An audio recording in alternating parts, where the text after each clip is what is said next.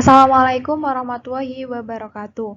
Perkenalkan, nama saya Rizky Mutiara Sari, NIM A410190182 dari Program Studi Pendidikan Matematika. Pada kesempatan kali ini, video ini saya buat untuk memenuhi tugas atau untuk memenuhi tugas mata kuliah penelitian pendidikan matematika. Pada pada Pemaparan kali ini, saya akan memaparkan mengenai metode penelitian pengembangan. Sebelum kita berlanjut ke materi yang lebih dalam, sebelumnya kita harus tahu dulu sih apa itu metode penelitian pengembangan. Nah, yang pertama yang saya bahas di sini adalah pengertiannya. Apa sih pengertian dari penelitian pengembangan? Nah, di sini ada beberapa pengertian, lalu saya simpulkan dan mendapatkan kesimpulan untuk menjadi sebuah pengertian. Nah, di sini yang pertama itu adalah Burke and Gall. Model penelitian dan pengembangan adalah a process used develop and validate educational product. Jadi, penelitian pengembangan itu sebagai usaha untuk mengembangkan dan memvalidasi produk-produk yang digunakan dalam proses suatu pembelajaran. Nah, itu adalah pengertian di metode penelitian pengembangan untuk pembelajaran atau pendidikan. Nah, yang berikutnya itu ada Suhadi Ibnu. Suhadi Ibnu itu dalam penelitiannya uh, memaparkan bahwa penelitian pengembangan sebagai jenis penelitian yang ditujukan untuk menghasilkan suatu produk, hardware atau software melalui prosedur yang khas yang biasanya diawali dengan need assessment atau analisis kebutuhan, dilanjutkan dengan proses pengembangan dan diakhiri dengan tahap evaluasi. Nah, dari pengertian-pengertian yang ada di situ, saya simpulkan bahwa metode penelitian dan pengembangan atau research and development adalah metode penelitian yang digunakan untuk menghasilkan produk tertentu dan mengujinya uh, efektif atau tidak. Seperti itu untuk pengertian penelitian pengembangan. Nah, setelah kita memahami apa itu pengertian dari penelitian pengembangan, yang kedua kita akan membahas mengenai tujuan penelitian pengembangan. Nah, tujuannya apa sih kita melakukan penelitian pengembangan? Nah, yang pertama itu adalah merumuskan teori dan konsep. Nah, di sini maksudnya gimana? Yaitu tujuan penelitian mengembangkan yang pertama dapat digunakan untuk merumuskan teori dan konsep penelitian, baik itu penelitian di bidang pendidikan atau di luar bidang pendidikan. Nah, yang kedua itu adalah evaluasi teori dan konsep. Jadi di sini penelitian pengembangan sering digunakan untuk memperbaiki teori atau konsep penelitian dan perbaikan teori dapat dilakukan dengan cara penelitian. Jadi penelitian yang kemarin kira-kira apa sih yang kurang untuk diteliti? Nah, di sini tujuan penelitian pengembangan itu untuk memperbaiki teori-teori atau konsep penelitian yang sudah ada atau evaluasi. Nah, yang ketiga adalah verifikasi. Nah, penelitian pengembangan juga dapat digunakan untuk memverifikasi atau menguji berbagai macam teori maupun konsep. Maka tidak heran jika banyak penelitian yang sengaja melakukan penelitian pengembangan ini. Jadi, verifikasi itu untuk menguji apakah teori atau konsep itu tuh benar atau tidak sih adanya seperti itu. Nah, yang berikutnya adalah merumuskan sejarah. Nah, untuk merumuskan sejarah itu maksudnya bagaimana? Jadi tidak banyak orang yang bisa atau mengembangkan suatu penelitian tersebut. Jadi apa ya namanya? Karena tidak dapat dirubah-rubah. Jadi kayak misalnya kita meneliti sesuatu hal, nah tentang tentang sifat A. Nah, dari sifat A itu terukir sejarah bahwa ada seseorang yang melakukan penelitian pengembangan tentang A, seperti itu ya. Nah, yang berikutnya yang kelima adalah sebagai penguji teori dan perangkat. Nah, maksud dari ini adalah jadi ketika menemukan teori dari penelitian lain, kemudian kita meragukan kesimpulan penelitian lain. Jadi, sepertinya kok penelitian ini kurang apa ya? Kurang konkret nih gitu, kurang masuk masuk dalam definisi nih gimana gitu kan. Nah, maka kita melakukan penelitian pengembangan, menguji bahwa benar nggak sih penelitian yang itu tuh benar gitu. Nah, untuk tujuan penelitian pengembangan itu ada 5 tersebut. Jadi salah dari beberapa tujuan itu, maka penelitian pengembangan akan berjalan. Yang berikutnya, kita beranjak ke ciri utama penelitian pengembangan. Jadi, kalau ada penelitian pengembangan, tentunya ada ciri-ciri tersendiri dari penelitian pengembangan itu. Nah, di slide berikutnya itu adalah ciri utamanya. Nah, Burke and Gall menyebutkan ada 4 ciri utama dari penelitian pengembangan. Yang pertama adalah studying research finding pertinent to the product to be developed. Jadi penelitian ini dapat mengembangkan digunakan untuk studi penelitian awal yang bertujuan untuk mengembangkan sebuah produk atau untuk meneliti produk-produk tertentu. Nah, yang berikutnya adalah yang kedua, developing the product based on this finding. Nah, yang kedua ini maksudnya gimana? Yaitu upaya mengaplikasikan hasil temuan penelitian untuk mengembangkan produknya dan berbicara tentang produk itu bisa berbentuk produk dagang ataupun produk dalam ranah pendidikan dan masih banyak lagi. Jadi macam-macam lah produk yang bisa dikembangkan di penelitian pengembangan ini. Nah, yang ketiga adalah field testing it in the setting where it will be used eventually. Nah, di sini maksudnya bagaimana studi penelitian dalam bentuk uji lapangan atau field testing itu di mana penelitian pengembangan ini mencoba untuk meneliti setting dan situasi yang terjadi di lapangan agar ketika produk diluncurkan dapat langsung digunakan, diserap dan atau diterima secara langsung oleh sasaran dari produk tersebut. Nah, yang berikutnya adalah yang keempat, revising it to correct the deficiencies found in the field testing stage. Jadi yang di sini maksudnya adalah penelitian lapangan di poin ini lebih tepatnya digunakan untuk mengetahui kelemahan uji lapangan. Jika ditemukan kelemahan dan kesalahan maka perlu direvisi. Jadi yang ketiga itu kan pengembangan penelitian uji lapangan. Nah, uji lapangan itu kan mungkin ada kelemahannya. Nah, yang keempat itu adalah untuk merevisinya. Lah, itulah beberapa dari atau ciri utama penelitian pengembangan. Dari beberapa ciri di atas, secara tidak langsung menunjukkan bahwa sebuah penelitian tetap ada struktur dan prosedur yang harus dipersiapkan terlebih dahulu. Seperti itu ya. Nah, untuk yang berikutnya, yang keempat yaitu kita akan membahas tentang komponen utama metode penelitian pengembangan. Pastikan dari sebuah hal itu ada komponen atau strukturnya. Nah, kita akan bahas di sini. Jadi komponen utama metode penelitian pengembangan yang terpenting itu ada 3 hal ya.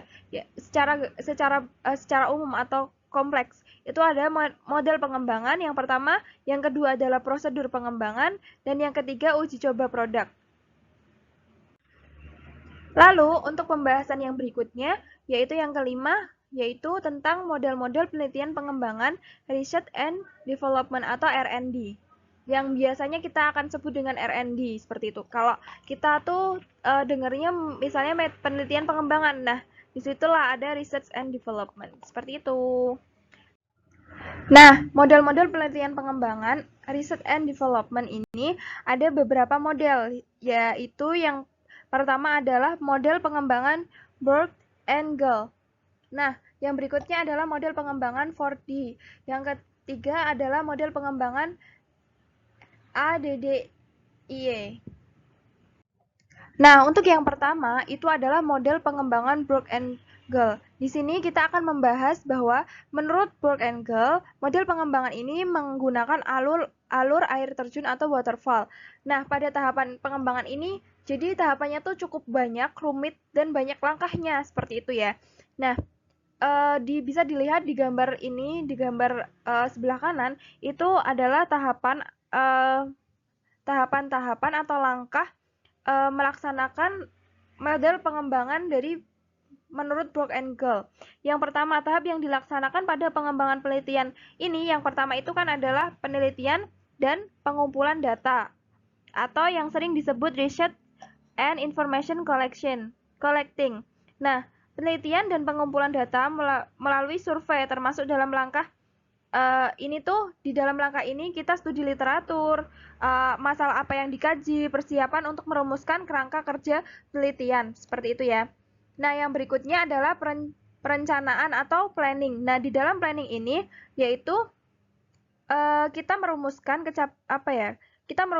kita merumuskan kecakapan dan keahlian yang berkaitan dengan permasalahan. Jadi, kita kan sudah riset information kira-kira permasalahan apa sih yang bakal kita bahas. Nah, di perencanaan ini kira-kira persiapan apa atau keahlian yang berkaitan permasalahan tersebut, kayak misalnya apa yang diperlukan untuk melaksanakan kajian tersebut atau kajian yang kita bahas di yang kita riset tadi. Nah, yang berikutnya yaitu yang ketiga yaitu develop pengembangan draft product atau develop preliminary form of product. Nah, di sini itu ya, maksudnya bagaimana? Yaitu mengembangkan bentuk permulaan dari produk yang akan dihasilkan. Termasuk dalam langkah ini adalah persiapan komponen pendukung, menyiapkan pedoman dan buku petunjuk, dan melakukan evaluasi terhadap kelayakan alat-alat pendukung.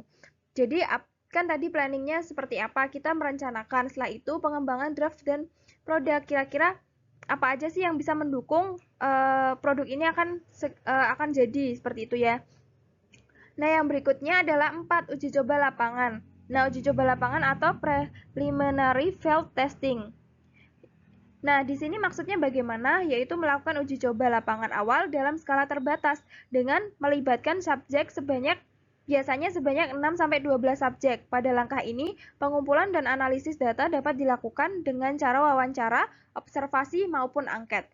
Nah, langkah berikutnya, langkah kelima, yaitu penyempurnaan produk awal atau main product revision. Nah, di sini yaitu melakukan perbaikan terhadap produk awal yang dihasilkan berdasarkan hasil uji coba awal. Jadi kan tadi udah di uji coba lapangan untuk 6 atau 12 subjek. Setelah itu kan itu udah jadi produknya seperti apa uji coba. Setelah uji coba, kira-kira di uji coba kurangnya apa sih, kelemahannya apa, seperti itu. Nah, di nomor 5 ini atau di tahap kelima ini yaitu untuk perbaikan atau uji coba terbatas sehingga diperoleh draft produk model utama yang siap uji coba untuk lapangan yang lebih luas lagi atau subjek yang lebih luas lagi. Yang berikutnya adalah yang keenam, uji coba lapangan lagi. Nah, kalau di sini itu main field testing. Kalau yang keempat itu adalah preliminary field testing. Itu uji coba pertama. Nah, setelah itu revisi, terus lalu uji coba lagi main field testing. Nah, main field testing itu uji coba utama yang melibatkan seluruh bagian yang akan kita uji. Atau misalnya dalam dunia pendidikan kita menguji suatu produk. Nah, produk ini tadinya yang di nomor 4 kita ujikan untuk beberapa siswa atau misalnya 6 atau 12 siswa. Nah, pada tahap ke-6 ini kita mengujikan kepada seluruh siswa yang akan yang subjek yaitu seluruh siswanya gitu kan. Nah, yang berikutnya adalah yang nomor 7, menyempurnakan produk hasil uji lapangan. Nah, di sini ada operational product revision. Nah, di sini melakukan perbaikan atau penyempurnaan terhadap hasil uji coba lebih luas sehingga produk yang dikembangkan sudah merupakan desain model operasional yang siap divalidasi. Nah, setelah kita menyempurnakan produk hasil uji lapangan, setelah itu kita uji lagi di uji pelaksanaan lapangan atau operasional field testing yang ke-8 ini, yaitu langkah uji validasi terhadap model operasional yang telah dihasilkan. Nah, jadi di model pengembangan bird angle ini melalui banyak uji coba ya. Uji-uji lapangan yang harus dilakukan seperti itu untuk menghasilkan suatu produk yang sempurna. Seperti itu ya. Nah, yang ke-9 yaitu penyempurnaan produk akhir.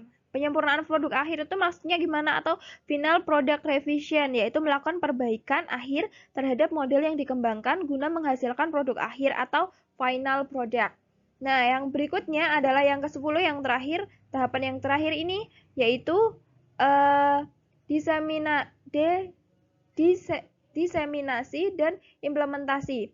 Jadi pengimplementasian dari produk yang sudah diuji coba, udah dibuat dan lain sebagainya.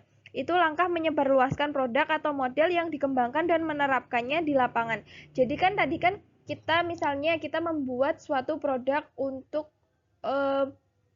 pendidikan, misalnya alat untuk mempermudah siswa dalam berhitung. Dalam berhitung itu kita membuat produknya itu yaitu yang pertama kita melakukan riset dulu, kira-kira produknya bisa nggak sih untuk sasaran ini gitu kan. Yang berikutnya planning, perencanaan, kira-kira apa saja yang kita butuhkan untuk apa saja yang kita butuhkan, rencananya bagaimana untuk pelaksanaan, siapa subjek yang akan diteliti dan lain siapa subjek yang akan menerima yang akan diuji coba dan lain sebagainya. Nah, di situ sampai di tahap akhir yaitu untuk penyebarluasan dari produknya itu. Jadi kalau kan udah uji coba banyak tuh, oh valid nih, udah bisa nih, kira-kira digunain. Jadi ketika udah bisa digunain, maka produk itu bisa disebarluaskan untuk misalnya kalau tadi penelitiannya untuk siswa kelas 10. Nah, itu bisa disebarluaskan di kelas 10 tapi di SMP yang lainnya. Seperti itu. Di SMA yang lainnya.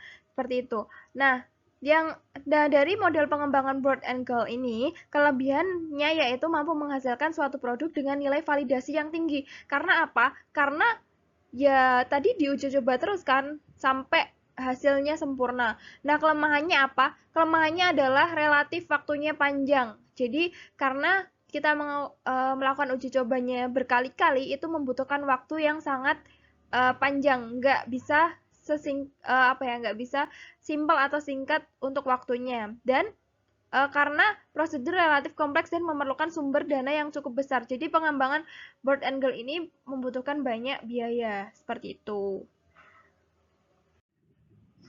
Jadi yang ketiga adalah model pengembangan 4D. Nah, di sini langkah-langkahnya untuk pengembangan 4D ada definite, ada design, develop, disseminate atau penyebaran. Seperti itu ya. Ini ada 4 tahap secara besar.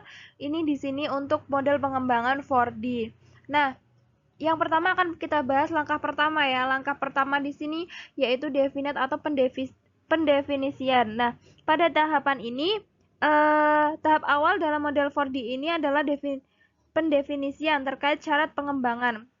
Jadi sederhananya kita bisa ngomongnya itu adalah tahap analisis kebutuhan dalam pengembangan produk.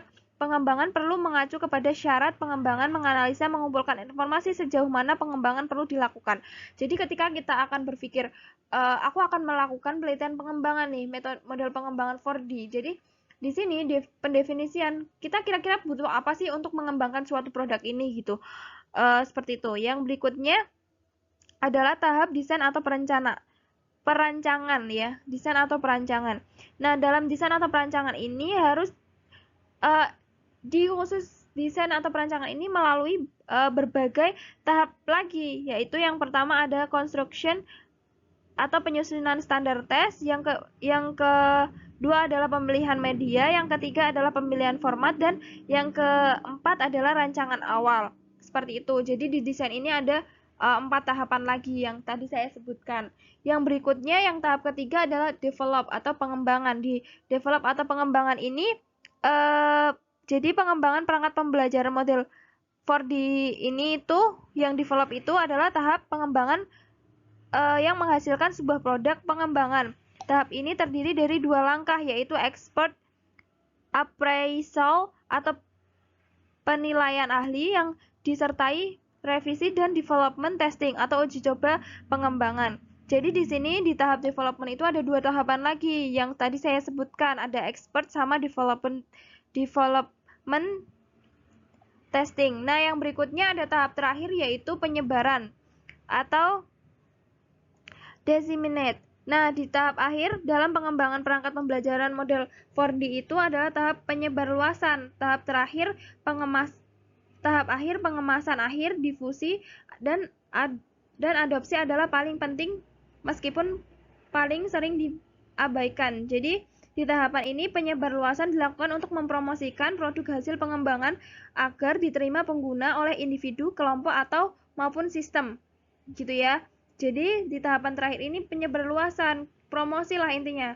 Ada produk nih seperti ini, kita bisa loh gunain ini untuk apa. Nah, seperti itu di tahap yang terakhir. Nah, dari model pengembangan 4D ini ada kelebihan dan kelemahannya. Nah, yang untuk kelebihannya itu tidak membutuhkan waktu yang relatif lama, tidak seperti yang tadi ya. Yang pertama itu untuk model yang pertama itu kan membutuhkan banyak waktu. Kalau ini nggak membutuhkan banyak waktu.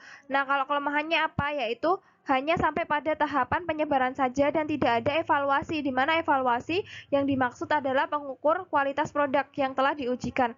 Uji kualitas dilakukan untuk hasil sebelum dan sesudah menggunakan produk. Jadi di sini kita nggak tahu nih kira-kira sejauh apa sih produk ini layak untuk dipakai seperti itu. Baik, yang berikutnya yaitu model pengembangan ADDIE. Nah, menurut Dek et al. 2005 mengembangkan model-model pengembangan yaitu model ADDIE. Model tersebut terdiri dari 5 tahapan. Tentunya ya, karena dari namanya aja udah tahu kan bahwa ada 5 huruf di situ yang menerangkan bahwa setiap tahapan-tahapannya. Yang pertama adalah analisis. Nah, analisis ini adalah menganalisis perlunya pengembangan produk, model, metode, media, bahan ajar baru dan menganalisis kelayakan serta syarat-syarat pengembangan produk. Nah, dalam pengembangan suatu produk dapat diawali oleh adanya masalah dalam produk yang sudah ada atau diterapkan. Masalah dapat muncul dan terjadi karena produk yang ada sekarang atau tersedia tidak relevan dengan kebutuhan sasaran lingkungan yang sekarang ini atau teknologi yang sekarang ini. Jadi di situ dianalisis itu menganalisis pengembangan atau produknya bagaimana dan lain sebagainya. Nah, setelah yang berikutnya analisis, yang berikutnya adalah desain. Nah, desain ini adalah proses sistematik yang dimulai dari merancang konsep dan konten di dalam produk tersebut. Rancangan ditulis untuk masing-masing konten produk. Petunjuk penerapan desain atau pembuatan produk diupayakan ditulis secara jelas maupun rinci. Nah, pada tahapan ini produk masih bersifat konseptual saja. Nah, di desain ini hanya atau masih konseptual saja dan mendasari proses pengembangan selanjutnya atau berikutnya. Jadi di desain itu ya mendesain lah kita mau buat seperti apa saja yang diinginkan seperti apa, bagian-bagiannya dan lain sebagainya. Yang berikutnya adalah development.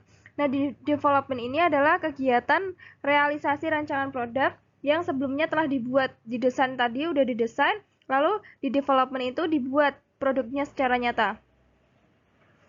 Nah, pada tahapan sebelumnya telah disusun kerangka atau konseptual di desain itu kan, terus penerapan ke produk baru. Kerangka yang masih konseptual tersebut selanjutnya direalisasikan menjadi produk yang siap untuk diterapkan. Pada tahapan ini perlu dibuat instrumen untuk mengukur kinerja suatu produk yang dihasilkan. Nah, yang berikutnya adalah implementation. Nah, implementasi ini yaitu untuk memperoleh suatu imbal balik dari produk tersebut yang dikembangkan atau dibuat itu perlunya umpan balik awal atau evaluasi dapat diperoleh dengan menanyakan hal-hal yang berkaitan dengan tujuan pengembangan produk. Penerapan dilakukan mengacu kepada rancangan produk yang telah dibuat. Yang berikutnya adalah evaluasi atau evaluation. Tahap evaluasi ini untuk memberikan umpan balik kepada pengguna produk sehingga revisi dibuat sesuai dengan hasil evaluasi atau kebutuhan yang belum dapat dipenuhi oleh produk tersebut. Tujuan akhir evaluasi ini yaitu tentunya untuk mengukur ketercapaian tujuan dari pengembangan suatu produk tersebut. Seperti itu. Jadi untuk model pengembangan ADDIE itu seperti ini ya. Ada analysis, design, develop, implementation, lalu evaluate. Seperti itu ya. Itu saja yang bisa saya terangkan mengenai penelitian pengembangan. Kurang lebihnya saya mohon maaf. Wabillahi taufiq wal hidayah. Wassalamualaikum warahmatullahi wabarakatuh.